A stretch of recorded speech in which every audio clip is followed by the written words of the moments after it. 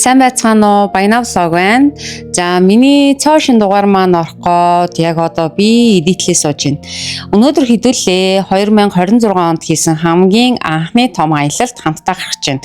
Энэ аялал маань Улаанбаатараас Хөвсгөл чиглэл рүү явхаар байгаа. Тэгээд манай гэр бүлийн хувьд бол 1 сараас 7 сар хүртэл маш сайн дор бүрнээ хичээж, хөдөлмөрлөж, сурч, ажиллаж байгаад 7 сартаа бид бүтэн амардаг байгаа. Ингээд амралтын маань аялал эхэлж байна. Улаанбаатараас Хөвсгөл. Сайн уу?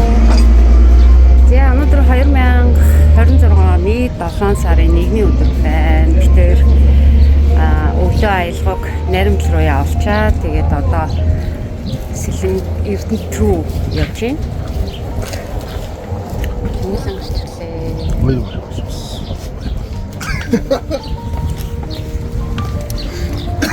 За тэгээд харагдаж байна уу? Энэ газар орж хоол идчихэд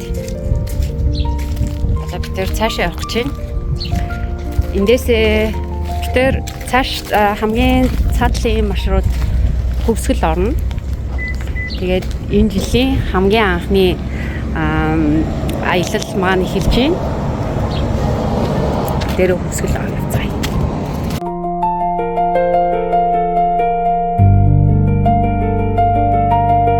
Жил болгоны 6 дугаар сарын сүүл 7 дугаар сарын эхээр аялал маань цуслан явж амардаг байгаа. Энэ удаа ч гэсэн уламжлалаараа цуслан явж амарсан. Энэ хугацаанд нь битээр юу хийх вэ гэж хаашаа явах юу үзэх үү гэж хоорондоо ярилцж хагаад Хөвсгөл рүү яваад ирье гэсэн төлөвлөгөө гаргаад битээр аялалдаа гарсан. За битээр замдаа гой зогсон. Ийм гоё газар ирлээ. За тэгээд өнөөдөр бол сая ойрын хэдэн хоногт бол Улаанбаатарт бол нэлээд хүйтэн, сэрүүхэн, бороотой, салхитай ийм өдрүүд байсан. Тэгээ аялгау маань 7 сарын 1-ээс 9-ний хооронд Найрамт цусланд уламжлал ёсоор амарч байгаа. Тэгээ тийм болохоор амралтын далимдуулаад хөдөө явъя гэж шийдээд тэгээд очиж үзээгүй газараа очиж үзэх нь мэдээж зөв. Тэгээд Хөвсгөлд очиж үзээгүй. Тийм болохоор энэ жилийн Монголын аялал маань Хөвсгөл байх болно. Тэгээд надад бол бүр үнэхээр гоё байна.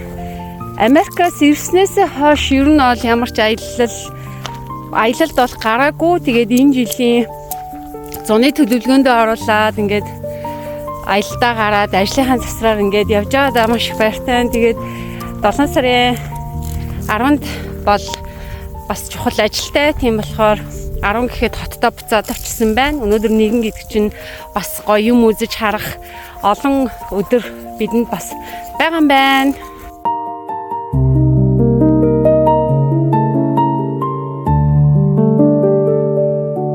Аялалд бол ямар нэгэн байдлаар яарч, сандарч, хэдэн цагийн дотор тэнд заавал очсон байх ёстой ч гэдэм үү. Тэгж ингэж твдэж аялахыг ерөөсөө хүсдэггүй. Хүссэн газараа зогсоож, идэхийг хүсэж байгаа зүйлээ идэж амрах газараа ингэж тухтаа амарч явах нь бол хүнд маш гоё тархины амралт болдог хаа гэж би боддгоо. За өнөөдөр гадаад дулаан 32 градус зааж байна. Маш халуун юм, бөхчм юм байна. Тэгээд айгуу гоё сэтгэл өөдрөг маш гоё байна. Тэгээд олон сар юм аялалд гараагүй.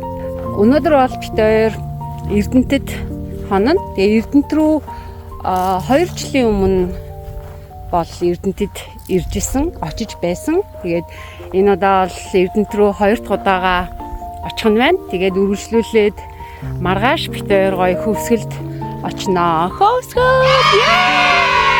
Очиж үзээг болохоор амар гоё байх баха. Тэгээ Хөвсгөл яг ямар байхыг боддоор очиж харж үзье.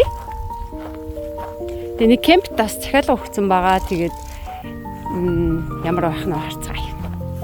Энэ удаагийн аялал дээр ямар нэгэн бичлэг хийхгүйгээр гоё аялаад явнаа гэж бодож байсан боловч чадахгүй мэн өө. Тэгээд хүнд чинь бичлэг зураг хоёр л түүх болж үлддэг. Тийм болохоор бичлэгээ хийхээр шийдсэн. Тэгээд микзийг хамаг юмнуудаа орхицсан. Гэхдээ өөрийнхөө байгаа нөөц боломжийг ашиглаад явж байгаа энэ гоё дурсамжаа түүх болгоод бас нэгэн хуудас болгоод аваад үлдэнэ.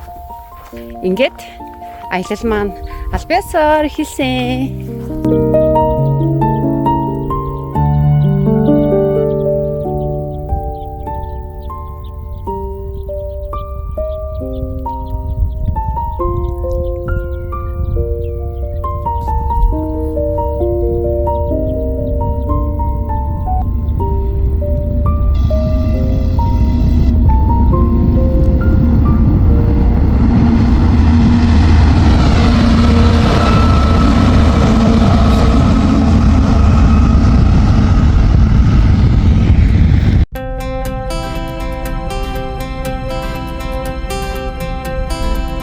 За их үе явсаар битээр Эрдэнэттэд орж ирлээ. Гэхдээ битээр шууд Эрдэнэт рүү яваагүй. Эрдэнэтээсээ салаад Хялхантад очиж үзсэн. Энэхүү газар маань бол Эрдэнэтээс салаад ойролцоогоор нэг 60 км-ийн зайд оршдог ийм газар ирсэн байгаа. Тэгээд байгалийн үнэхээр үзэсгэлэнтэй сайхан газар байлээ. Миний их орон ийм сайхан шүү гэсэн бодол төрж бахархаж, омогшиж явлаа.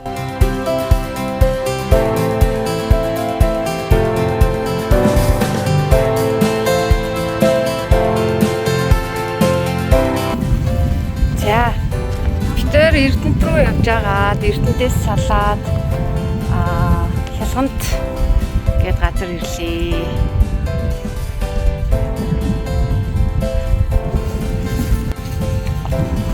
За битэр Хялхантад ирсэн. Улаанбаатараас яваад Эрдэнэт рүү явж байгаа. Эрдэнэтийн наадлаар хангал руу салаад хангалаас Хялхантад ирлээ.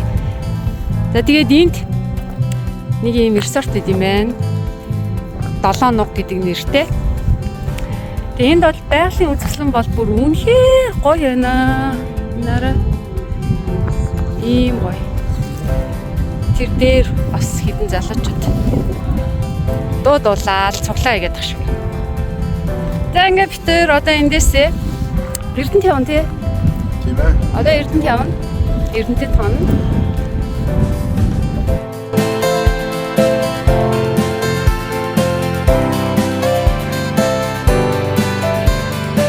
За энд бол бүр үнэхээр гоё байсан. Нарсан ой, сэлэнг мөрний эрэг дагуухын үзэсгэлэн байршил гэдэг юм байлээ. Тэгээд өндөрлөг цэг гэж хэлж болно. Тэгээд тэр өндөрлөг цэгээс тэр ойр хав яг зурсан зураг шиг бүр үнэхээр гоё харагддаг ийм харуулцтай газрыг олж очиж зорж ингэж үзсэн байгаа. За энд түрүүний нөгөө хийсэн 7 нуг гэдэг юм ресорт байсан шүү дээ. Тэгээ энэ ресорт бол Хялхант тусахны дүгрээ нууд одоо сэлэнг мөрний хойд эрэгт байрладаг орчин үеийн амралтын цогцлбор газар байгаа байхгүй юу.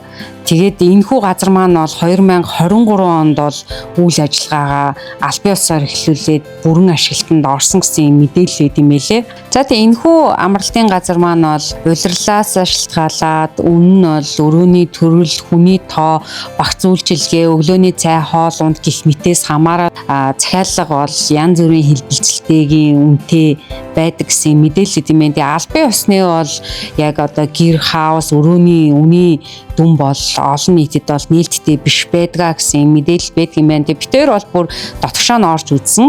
Тэгээ үнэхээр гоё тухтай тансаг зэрэглэлийн ресорт байдаг юм байлээ.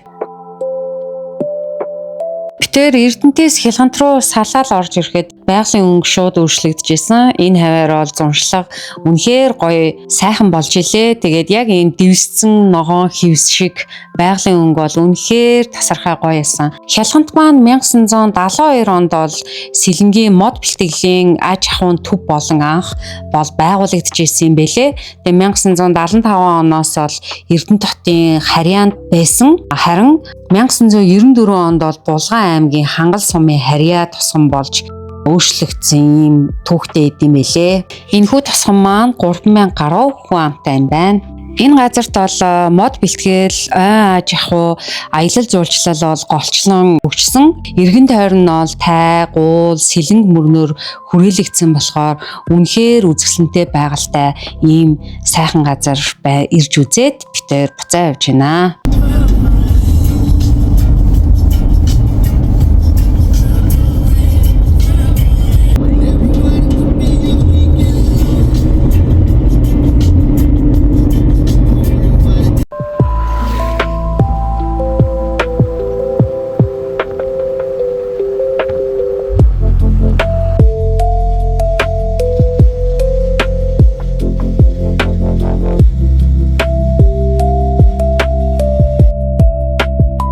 Өнөөдрийн очих гол зорилго болох Эрдэнэт хоттой орж ирлээ. Тэгээ орж ирсэн чинь цахаасаа ахуулаад дүүд хөгжрөл болсон байсан. Тэгээ бид тээр яагаад ингэж амар хөгжрөлтэй бүр Улаанбаатараас илүү бараг тэг зогсолт болсон байсан. Тэгээ яагаад юм байгаа юм болоо гэсэн Эрдэнэтэд маш олон газар яг төв замуудаа хаацсан янзалж илээ. Тэгээ тийм болохоор хүмүүс бол ихэнхдээ шорон замаар тэгээд зарим нь бол төгжрээд ингээд өөрсдийнхөө сонголтоор бол явж байсан. Бид тээр бол шорон замаар ороод амрах газраа ирсэн байгаа.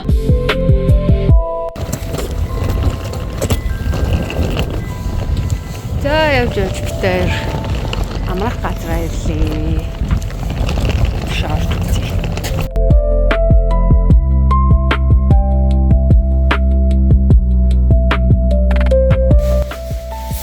За 19 цаг болж байна. Тэр өрөөндөө ороод ирлээ. Үнэхээр гоё тухтай. Тэг чи өөрөө шүү.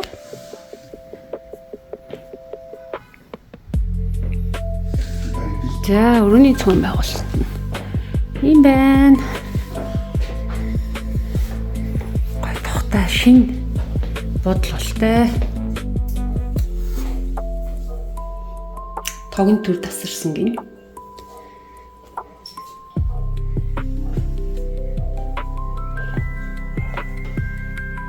За өнөөдрийн урт аяллаа дараа бид тээр ямарч амрах газраа ирлээ. Одоо сайхан хэсэг амарч байгаа. Бид тээр гарч хоол иднэ. Эрдэнэтэд битүү төвжрэл яг Улаанбаатар шиг.